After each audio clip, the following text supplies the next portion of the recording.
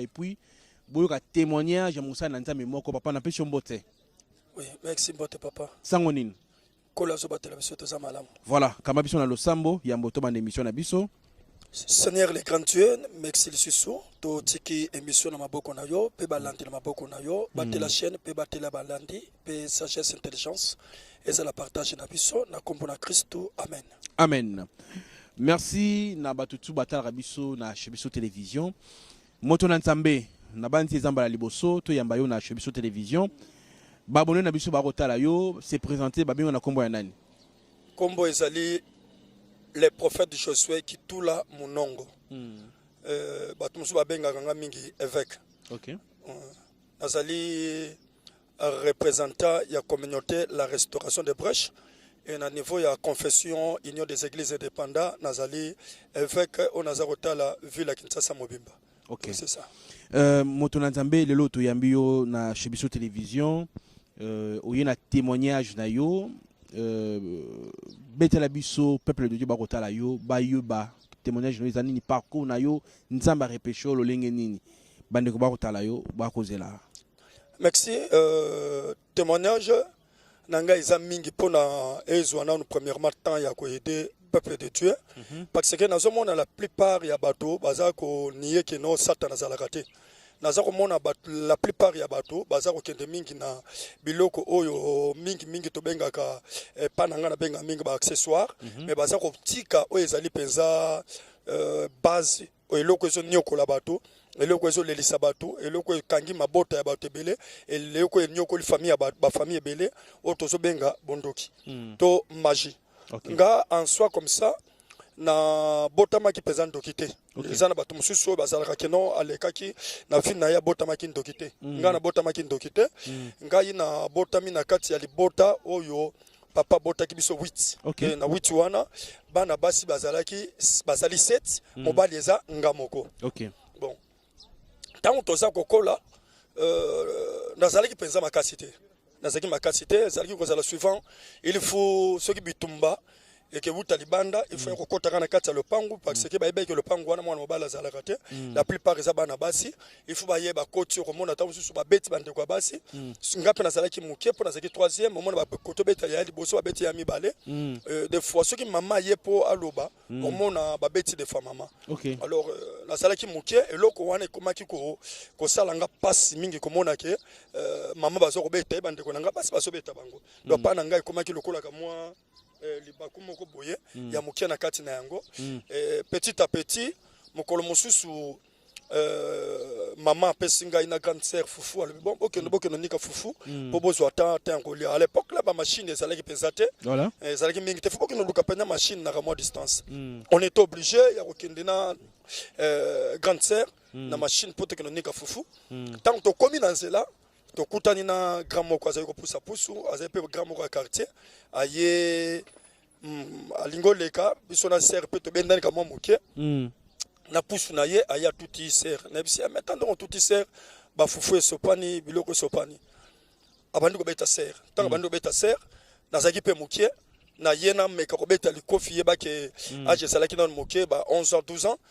donc choix ezalaki te azwinga bakisinga likola sere nanga pakisa nazalaki makasi te loko wana epesaki nga pasi makasi na bino na ajo naza nango ifuna bando kosala effort na bandakende na luka ne fiske kisi moko boye po ede ngai po na luka moya kobatela na défendre la famille na tel kambo. Donc à partir ya blessure wana surtout yango esalaki ke nakende siko kokota penza na kati ya koluka nano kisi etango na koluka kisi na kutani na vie moko liboso a kosi ngai azwi ba poussière kati nga bancholoko partout na nzoto abisinga ndongo zo kendo wana kendo ko beta etango na kei na kenda boy babeta ngai tango babeti ngai na ye na zongi na bisema kisi ne sali loko tabiteke sala kaka après 2 jours na kepe so babeti ngai nte pesa kinga pasi na komi siko ko kendo ko luka moto akoto pesa nga kisi ya solo koma kina tamoko baye ko futa papa mbongo tango futa papa mbongo na yo yiba mbongo ya papa ya salaire na yibika mo quantité parce que ça fait longtemps aussi na toko luka siko yo vraiment ta koto pesa nga kisi wana ka na age 11 ans to age wana siko yo na tozolanda ka ba 11 ans wana nazolanda donc nazana 11 ans nazolanda ba 12 ans nde na ke ko bunda na ko ta siko na nde ko moka singa te na ko to pesa yo kisi na ko to ede yo ozwa kisi nde ayiko la kisanga camarade moko Nchokoko azalaki na kingasani na kati nde ayisinga bon angala ko to pesa yo kisi nde ayaki ko kotisa ngai esprit na nzoto esprit liboso oya ngana tsaki na kati nzoto nanga ezalaki la reine de boxe la reine de boxe azali première boxeur américaine akufa mais na spiritualité akoma esprit de bapesa ngai akati ngapi bancholo ko na nzoto abisinga bisuko zonga etango na zonga ki nazalaki obligé ya kokende koluka moto abetaka grande sœur oya bakisaka ngai likola grande sœur nayaki kokuta ye mpe bavandi ensemble bazobeta dame ntango ngai na ye nayebise vie na ye mpo nabeta yo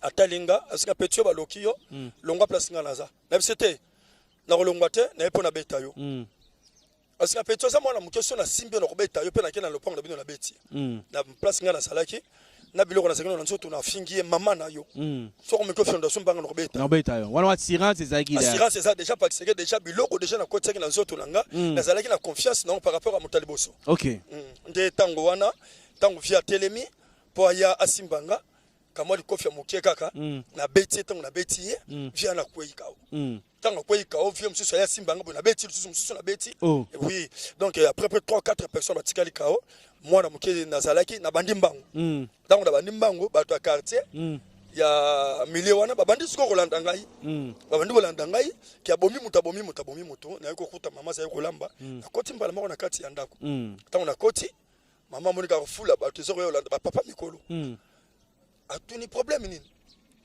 yo mwana na yo ndenga za wana yaki akuti biso to vandi abandi ko abeti biso abeti mutu libanga atiki batu kawo mama na asho azana ngako beza tata mo bimandenge nini mama bluka défendre boyenga pe na fenêtre na sota la kaka na lidusu allez mutu moko azalaki parmi bango ayeli susu asimbi mama tanga simbi mama koto na zaki na ndaku na yoki lususu eloko mati na bimi na beti lisusu mutu mususu likofi akoyi kawo na lendo pa lisusu likofi kawo mama ganja bi bino bozo to sakana na ngai c'est que mona nanga ko makasi OK donc mama na place a raisonner dans keno ajo mutu azana ngo abeti bato ndenge nini de pas na ye réaction et compter parce que sentait que déjà que non moto yo ayo déjà ko sauver famille donc le col voilà donc c'est ça et ça là que la beti batwana et ça là que bango penda soni de bayo kozonga wana na sia soni wana siko mama komi tuna et loko nini sali ke po moto oyo abeta ba mikolo boy nde ya parti ya wana nde ngabandi ko evoluer malembe ko bakisa touche biloko na nzoto ko bakisa touche banzolo ko na nzoto et tango na ye ko koma siko na âge ya 13 ans nde sikoyo grand frère na ngai aluka ke susu ayebisanga ke non luka moyo ozonga kota Nchokoko po aide yo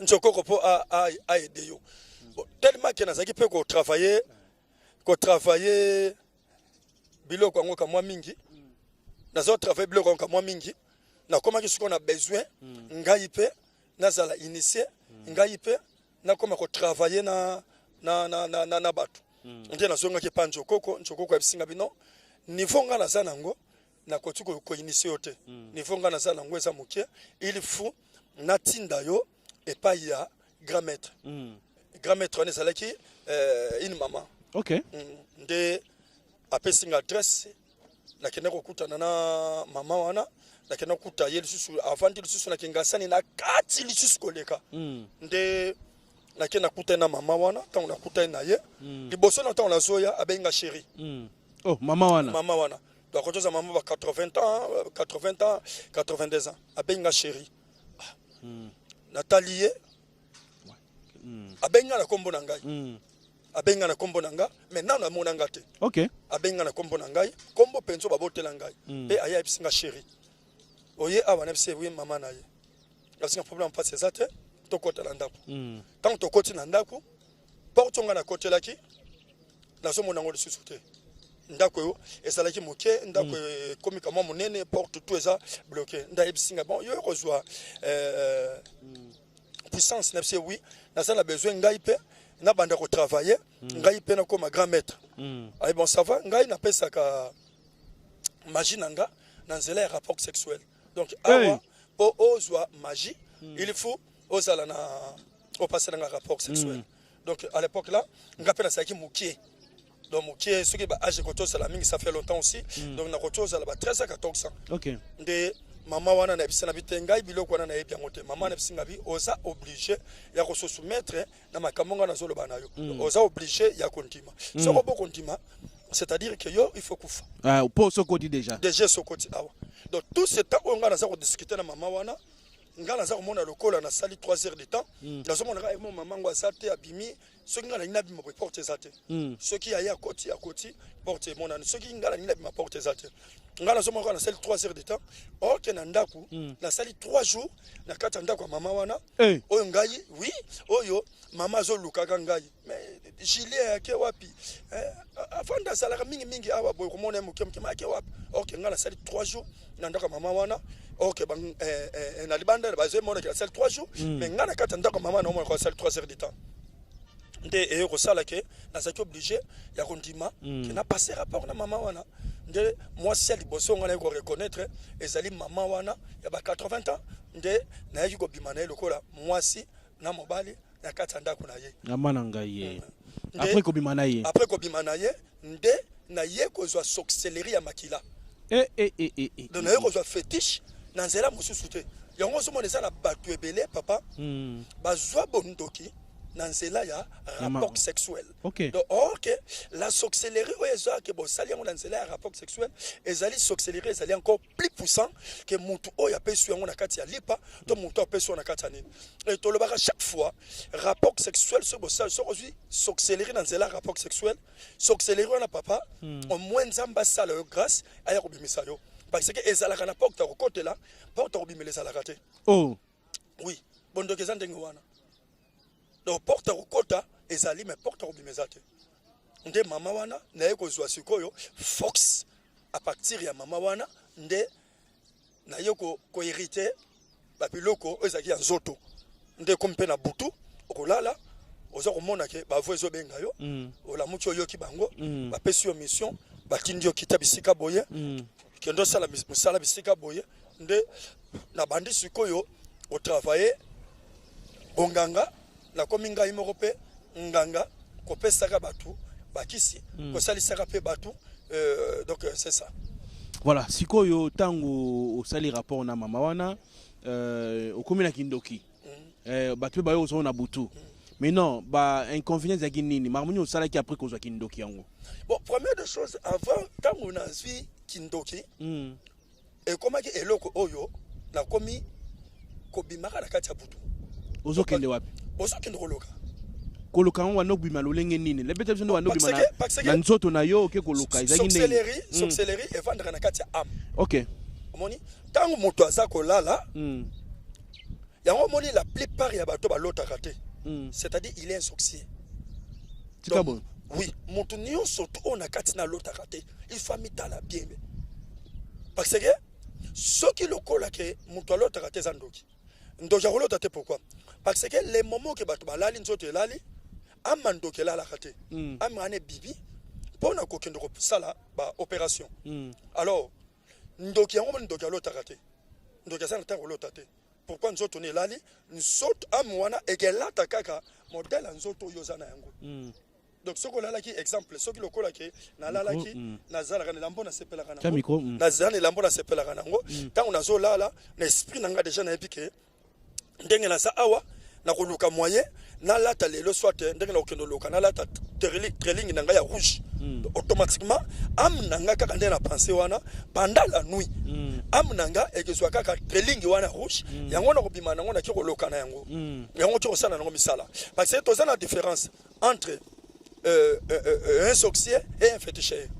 Mais ça me différence c'est na lombangu. Un féticheur aza oyo na kati na aza ko associer sorcellerie na bonganga. OK. OK. Ndoki na kati na ye azaka na sorcellerie mais azali na fétiche te na kati na ye. Okay. Donc c'est-à-dire tant ozo bima na butu ndo za ko kendo kutana na banganga mususu bakufa kala. Okay. Esprit bato ekufa kala. exemple to peut exemple moko oyo est un peu ya seboye to ko soit lokola Kinshasa Kinshasa lelo bat baye bakaka ke Kinshasa ezali kombo pamba boye mais que Kinshasa ça kombo mutu. OK ce que déjà dans domaine de spiritualité na kati ya butu okokutana na Kinshasa a existe rapé a existe kazali mi exprime ezali soko la osala besoin que la spiritualité wana na kutana na mombele okokutana na mombele. Donc kombo nyo surtout mona lokola surtout ba Kingabwa ba mombele ba Masina ba Pascal eza batu. Batu oyo na bo moto ba renyaki et na domaine de spiritualité aussi ba koma lokola ba esprit on va kotu ko aider yo na ta oza na problème que non net na zaboye mutu moko ye na salise malade lokola mbasu il faut pas bengela yo soit Kinshasa soit so ba bengelo Kinshasa te ba koto bengelo soit mombele a expliquer bon kende na zamba bisika boye okuta nzete za wana nzete wana tango yo zo kozwa yango salisa nango mutu tango yango komona ke mutu akei na butu yaka na azu mutu malade semno kende lobi tango koya oya na salisa yo. Donc pendant la nuit là il faut luka bakoko. Bakoko ya kozwa wana nde ba reprendre ye ba relaxer nzete na ngwa salisa mutu malade wana siko nga mama wana azalaki muluba. Mais nga moko na za mutu bandundu. Donc na ke kozwa kindoki to bonganga ya baluba afin que on va rediriger d'autres esprits où ezali ya baluba pe esprit mususu de ba makambo zalaki biso ko sala mingi na kati ya bonganga dans cet là na koma kinganga on azo salisa bato mais avec ba condition na zali ko tambola na ngezalaki ke na vie nanga na ko tikola te ketch ndenge na lati boyete. Donc ozana bando saka na le papa il faut au sokolaka na moi moko na zali ko sokola soit deux bien une fois minu okotoni kango tam susu na mbula moko trois fois ce qui okoto katate il faut ça la trop bizarre et ce qui moi et bimi boye ce qui na bila sokola na koto sokola bolumbu te. Il faut na sala na couper onga na ko sokola na yango et na saki na bikilebele na kati na ngwana na kotu ko lia mutu ya mbisite okotu ko lia na njungu te okoti ko passer ko simba moi soit na rapport oya ça pardon na temps ya période na été pour ce ko simbie donc zo risque que obomi biloko za na kati nzoto na yo donc na kati ya mama wana ezalaki biloko ke oza ko na apprendre nga fétiche pe na kati nango apprendre nga sorcellerie pour na ko bimaka ko kendo ko mfuti banda ko batu mususu parce que pendant la nuit les moments que batu baso lala bino bozo ko bima pour na ko mfutaka bano ko mfuter lo lenge nini bano ko mfuter batu parce que na boza na ba lien ya famille toka mutanja bano ko mfuter ndenge nini. Pour le moment et là on a le bagage chaque fois ce qui mutu asana ensemble te mutu wana lo bate kaza makasi. Oui mutu wana on le bagage lo moko lobi misale contact yango no moni na kata spiritualité papa mutu akotoza la asana na makasi na prière te mais ce qui bolamu eleki nsamba ko ko défendre mutu wana. C'est-à-dire quoi ezala mutu mususu papa exemple moi ça kitoko au moni que moi ça kitoko na bo moto boye ce qui na bengi ye aroyate na osala ni pendant la nuit il faut na ko mfuter na ko tuko comme femme de nuit na ko tuko comme mari de nuit. OK tangu déjà que ngana butu amina nge ye na chambre ya mutu et vivre na mutu wana lokola mari de nuit ou comme femme de nuit. Donc c'est-à-dire c'est mensonga na tikeli mutu wana et ça déjà un enfoutement au moins que mutu vit na ye à ce exemple qu'on règle malam règle et comme il y a passe au moins na mutu règle ko to katana avant l'âge même âge et non kokite âge a comme mon bangete ma règle katani okoto mona ke na semu eloko wana lokolo bimaki na yo na butu mabota na yo suis c'est après 4 mois zemekei après 2 mois zemekei. Pourquoi? Parce que amnangai na bimisa kyangwe eye coucher na yo mais nakatote avant coucher na moi si wana azan de kona yo muka munde boye wala vie de prière te et ça le quoi la vie de prière te. Papa essentiel ka ngana linga yo na resona ke la bomoto boye o linganga te. Parce que calculer ba ke mutasono la sanola sukite anika kaminote asane bise ba pese kondiso tambola kana le papa. Bo sikoyo ngai tangu na koyana bengo chérie ya ko yate hôtel nga kaka beko finga ngai pe à l'époque le baïba ke nganga so déjà na bina mutuke sert yaka akima donc pour na profiter le ko ça mun no surtout so ko finga ngai na koyana butu Oh, c'est la famille nanga. Oh, c'est la famille nanga. Donc, il n'a rien à bouton. Tant qu'on a rien à couper na yo, il n'a rien à foutre yo. En fouté pour bimina yo. Pourquoi tu as fait zemi? Oui, pourquoi pas? Ce que ça n'a rien sauté. Na reçoit pas moi ça bouton. Na bouton ne peut pas. C'est pourquoi moi na le ma base c'est belé. Na katsa nda kunaye. Asa ressentir mobile na été. Asa ressentir même bano ya asa la bangote. Pourquoi? Parce que asa déjà na bana ya bouton. Et bana on a bouton. Ozala ke o ngala bimaka na ngate na yebe le côté tant ka ko lali ba ko lali sayo na ko yana lali so pongi lokola bébé tant yo lali ndena ko zwa amna yo na ke na tambusi yango donc mutu mususu asali wana soki lokola ke na sepel na mwa sanga za malam na rejoye na zule pe ndako na somele pe le pango ya butu avanda na zwa pe na tsai na kata ndako nanga ona moyi boye komona kaka muta soko soki na talo bona bia oye loko pamba fanda kandenga fandwana mais pendant la nuit na yebi ke azala kana mwasi nanga to botane bana mibale bana misato mais kolonso to yemo kwa yebite kolonso to yemo kwa yebite mais soki muta azala mutu pete akoto bando mona ke alalaka mais mona kabana azolala so mona bana donc c'est à dire que nzamba za ko aider à comprendre que non na spiritualité asa déjà na banda so bota. Et puis tout ça là tout ça ko salonga na basi oyo basa célibataire même basi ya mabala ya basi ya mabala et c'est que musalo to ko kino sala banda la nuit pour enfuter mabala ya bato et ça la malamu te okoto mona mobali alingo so sentir surtout biloko na mingi pa basi alingo sentir même pas do esali ke mobali naye banda la nuit soka simpi boy faganga soka simpi boy vomio kutuka za la ka ndengi wana soka moniye soka zate esengo mais soka moniye kaka koti kane bani zuwe bandi uti wa ko swa ne bandi kutu na moni boy donc ko swa na monga zanga mutu na makolo yango wana vo donc yango wana ozomona ke libale zanga kimia titi ko to sutuka libale panzani mutu azomona normal mais et ça déjà les effets oyo endoki un magicien azwa ki azobimano na putu à part wana makamni osala tango zwi kindoki okomi ba initio ko après ko coucher na mama makamni oso sala ya mabe oyo ko funa peuple de Dieu miso ba funga mi dana mama utoloba bon témoignage eza moulayi OK na ko sepela même que normalement témoignage ko to ko so biso même 10 même 20 séances OK alors to ko luka moyen que na simplifier yango tenga ona linginde bongo bat ba yoka li solo bien continuer tango makamunyo zozo lo bapo apparemment nazo kata yo kene na feeling ya nani après ko coucher na mama wana ya 85 ans lobi après ko pesa osko kindoki yo po komi maître féticheur bat mongo ya baki ko ki c'est pas na yo makamunyo sala ba condition yo pesa bato pe ndenge yo bebisa ba vie ya bato oui tango oyo nga déjà mama aya pesingai magie na nzela ya rapport sexuel c'est-à-dire ngai moko pe na komaki déjà tolobake maître na comme déjà ko travailler magie et la maman ce qui place nga la katani la maman elle va venir pour nous expliquer nga que non place oyo il faut simba boy et là ko sala ke na komaki pe ko former b'élève OK na komaki pe ko former b'élève afin que b'élève wana ce qui nga na zate ba travailler rapide donc na komaki ko sala sabatu et ce qui m'entoyait qui n'a pas besoin il y a mwana parce que à part kozala nganga na yaki lisusu to ndenge ni les ko évoluer na ko expliquer que ndenge ni kota lisusu na kata magie catholique OK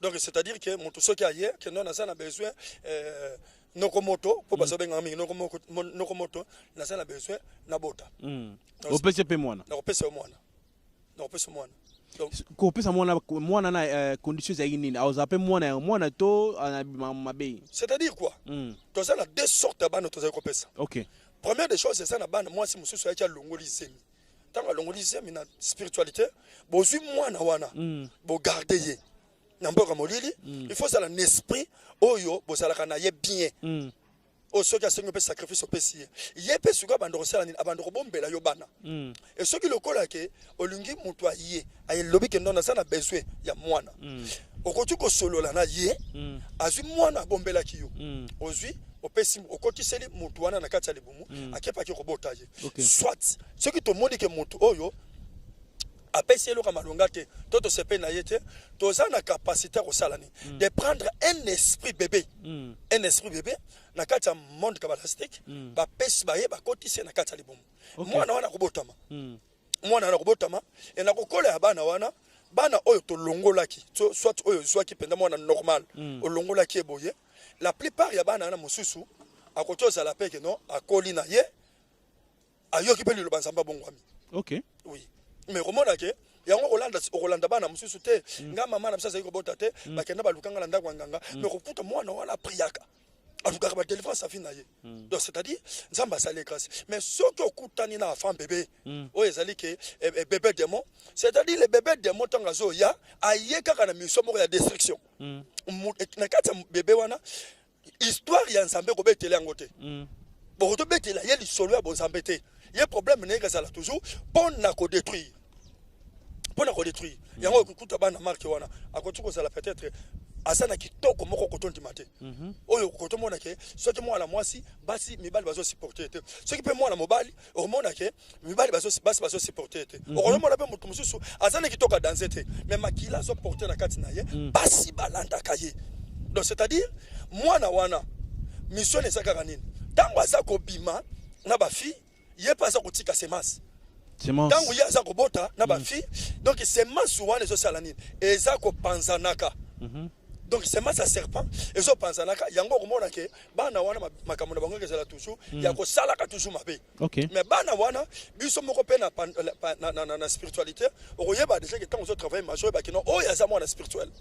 Bon si côté on comme qui féticheur au commune doki au coucher na maman 85 ans ba esprit wana no gérer bango lo lengeni continuellement témoignage muke bon ba esprit wana parce que yango na motako expliquer yo to ça na ba esprit mususu o eza esprit ya ba kufa kala parce que bango wana yo obanda ko benga na temps eza la bango na problème bango na bando benga soko eza ko na besoin exemple koko moko boya kufa ça fait même 20 ans 15 ans soko eza na ye besoin.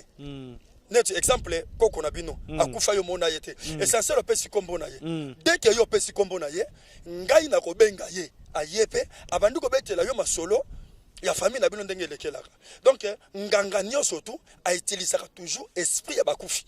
Ah bon nganga nyoso tu utilisé esprit ya bakufi azoko benga esprit ya bato bakufa.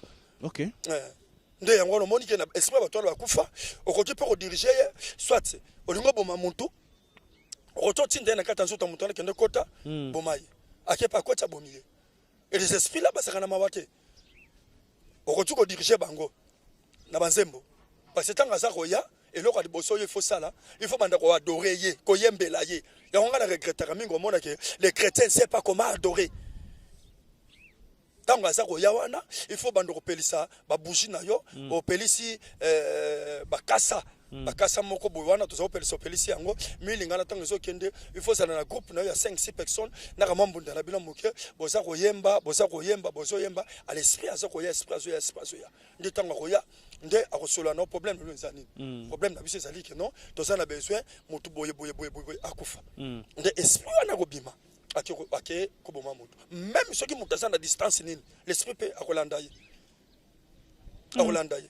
et l'esprit là ce qui le colle qui exemple oyo yebisinga que non papa ndeko na biso moko boye azalaka soit na mboka moko boye place avant de to yebite mais ndeko wana tozana besoin azal sous invité et le même esprit to kobenga ye to kobenga exemple esprit ya Congo parce que le Congo que vous voyez le nom là Congo quand bazol baké mabele ya Congo Congo eza mutu Congo et sa mutu.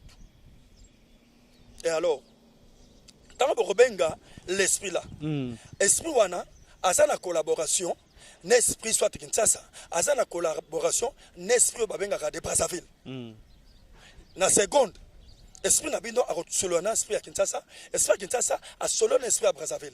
De Brazzaville. Que non a besoin, bon que l'angai, mutu boye, à la bisika, nini, pour tout ça, na besoin tout d'esprit moko a resala de camp. Alors, l'esprit de Brazzaville, à ça qu'on gère tout l'esprit. Oui, ça la Brazzaville. Automatiquement, à expliquer à ça na bisika. Et Kinshasa a expliqué esprit na bino que na ça na bisika bo kindo sala musala. ndaki pa landi mutuana même la distance abomiye même la distance ce que sengi pe que non net batu soit na biloko na bango ya nzoto que aza na distance baza ko fula yo so mona mutaso koma na mbongo akepa fuliye doublement marqué wana. Voilà, nabandi tosuki lelo awa mais pesa de moi flash muke y a magie, y a catholique, non on va dire que ça et ma magie catholique. Au plus moi extrême muke tout ce qui va dans moi pour ça pour te continuer la deuxième partie. Oui, magie catholique yango to bengaka babengaka ngomi magie ya divinité. OK. Na kati wana eza na différence entre d'autres magies. Kuna ko tono kutakaka les mêmes esprits oyo lokol ba so benga peut-être Belial. L'esprit lokola Belial, asa esprit ya mbongo, mais soko kei kuna okeno kuta ya komi saint. OK. Et le belé chancé asa ko tangelo Bible, mais soko kei lokola la magie noire, to na kati ya kankar, ba tangelo Bible te. Mais soko kei na magie divinité, okeno kuta kuna ba so fungolela yo Bible. Soko kei kuna okeno kuta Jacqueline, soko landie na kati ya magie catholique, okeno kuta Marguerite. Madame de la toilette. OK. Donc au moment où non, ce que na baline mususu, okeno kuta oba sa ko benga bombarde ce que na kati ya magie catholique, ozo keno kuta ye pardon, ye wana ba sa ko benga moto ya suki sambonani Samso. Omoni dans le même esprit soka comme na bisika wana a changer kombo a changer pe façon na ya ko salela façon na ya ko lobela Badeng Babolingo to komi na suka émission lelo na banti to ya na deuxième partie to continuer to fungola sous parce que mi tourner ezali yo comprendre te to na ba question na commentaire comme ça to retourner yé nga na otikela e plateau mais avant tout je dis un grand merci na ba technicien na biso excusez ndeko Chris hier comme ça la prise de vue na moni Dish Mosolo Elias côté réalisation. Un grand merci na confiance pour ça la biso a on a chez biso télévision. Merci mingi pe na sponsor na biso Jésus Christ so ya messana ko sponsoriser biso chaîne oyo yango tozala kaka bo bonisa biso mais aussi la parce que sponsor na biso na sima na biso. Merci mingi na partenaire na biso mama Milice Timayinga Mosi Nzambe depuis Canada na ndenga ko soutenir chez biso télévision yo polingo soutenir neti mama Emily ko zitete benga biso moi micro moi caméra moi carte mémoire et au sala biso bien. Merci mingi pe na orphelin la vida na ndenge ko kamba kitoko bana ba ko lia ba ko sepela toujours na kala kusunga benga orphelin la vida o pesa $1 na yo. Merci mingi na mwasi na ngali dimukadi ngai su Yesu Christ azongi te tokuta na pona deuxième partie émission mais na tikibino na boko ya moto na Nzambe. Merci kola pambola yo mwana na Nzambe nyoso tu to numéro na ngai yango wana 085 61 94 94 0 nasuka kobosana te vraiment kolo obenga peut-être bakotu ko aider yo na mituna na yo na yebi ke bato bele basa ko parler pona tina o ezali ki ya défense mais naza ko senga toujours na bato il faut ko yeba ke il y a la différence entre le sali et la délivrance. Le sali to lobiko eza gratuit mais délivrance baluka kayango. Délivrance toza obligé ya ko luka yango. Je crois bon tu kolanda ba témoignage comment que tozuta ko témoigner mais bobo sanate mboka molili eza na makambo eza ko sala mboka molili ekangi fi ya bato belé na sana ndeko moko oyo jusqu'à présent nzamba uti ko sala ye grâce azalaki mutu oyo akenda musika ya mboka azwa libala mais libala wana noko na ye akomisaki ye femme de nuit na ye partout ye akendaka mabala eza kokufa toujours akufisi plusieurs mais ya mabala à cause ya noko na ye ndenga za ko utiliser comme femme de nuit na ye alingi lisusu te mobali asa kokima ye et na bandi na kati ya biloko ifuto yebaka ke non femme de nuit akoki pe ko bomba yo akoki ko bomba yo akoki ko bomba mobali mari de nuit aussi akoki ko bomba pe aussi o ezali ke moi aussi. Et ce qui est dans la Bible, au roman, ce qui est dans Romains chapitre 7, verset 24, Paul a collé la même à l'objet que non, Nani a côté au Kangolanga, il n'a qu'à t'y oyo. Mais bien aimé, Vina yo, ça n'a pas besoin de France. Vina yo, osa obligé, même que si tu es pris, mais bien aimé dans le Seigneur, on est censé y avoir de défense. Parce que Moutounio, surtout ce que le cul de défense était à Vina yo, il faut y avoir que osa même na risque, y a quoi hériter au royaume des cieux. Même ceux qui osa ko bonde là, il faut le cas de défense. Parce que ça la défense, mais bien aimé, même ce que Christ a y le lot.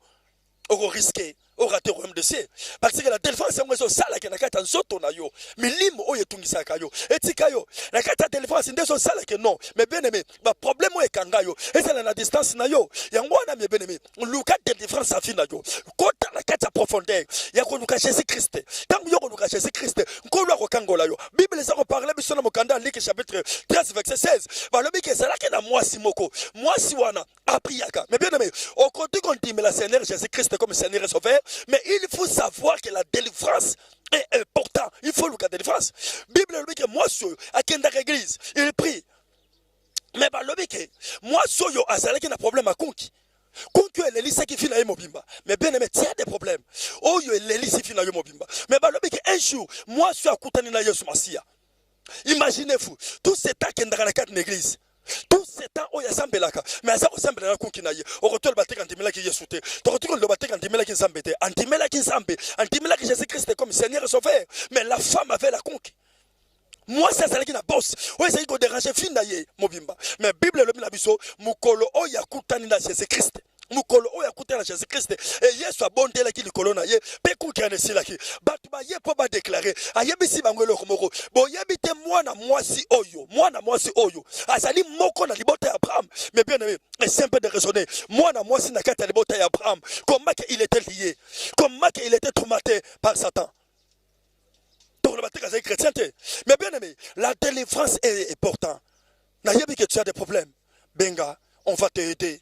Toko sunga yo, toko orienter yo. Comment que tu luka, délivrance à vina yo. Comment que tu dominer. Les lois Bible le bila biso que non, Bible ça que le biso Christ le bila pesi bino pouvoir. Ya ko tambola likolo bilo kondo surtout. Likolo mi limono surtout.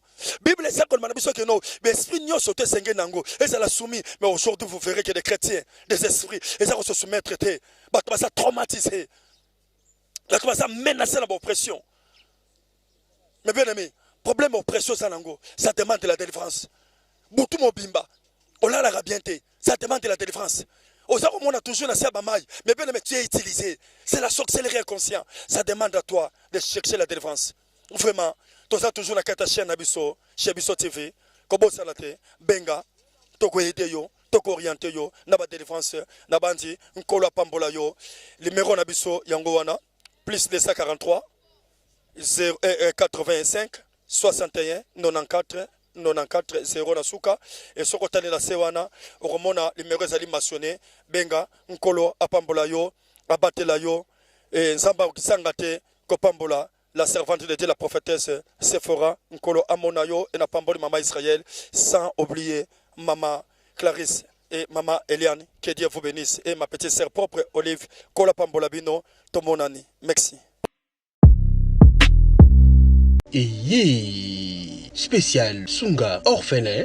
To soutenir orphelinat vida. Nakata orphelinat vida bolingonde vandi. Ndenge okanisi bayi bazo telengana. Nzamba pambola yo. Orphelinat vida nzambe atieli sonae awa. Eloko nyonso za nango. Yaka contacter orphelinat vida. Misolo na yo okabola yango na banani. Orphelinat vida. Isika bazozo bana baza orphelin. Botana nzambe shalom bisika nsobizwa mibino awa nazali na orphelinat vida na yaki na bapashiko pona kotala penza si réellement si makambo toyokaka mama Emily Seth Mainga existaka. Mais quand on est venu, on a trouvé que c'est vrai. Surtout ça la bolam livre souvenir et fondement. Même après la mort, même après le retour à Christ, il y a misana biso et témoigner biso liboso na nzambe.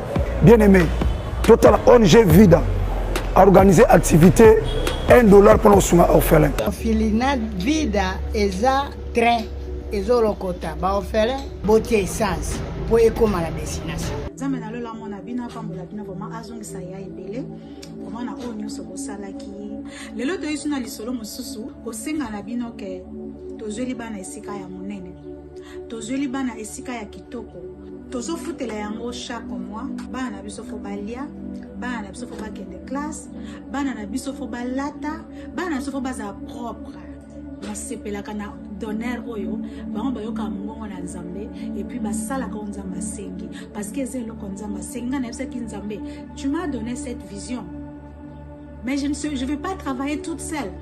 Boza loka ba provision était tout autour de moi. Nayango, soki olingi osunga benga biso na plus 1 64 75 33 43 10. Topé bengi biso na plus 243 97 666 66 04.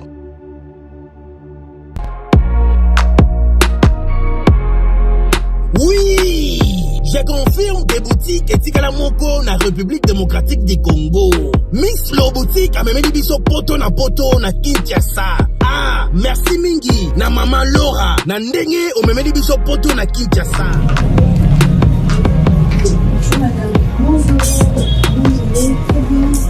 Ah, ils ont Miss Lo boutique, tout est à l'arrivage de France, États-Unis. Ils ont un poudre Kiko.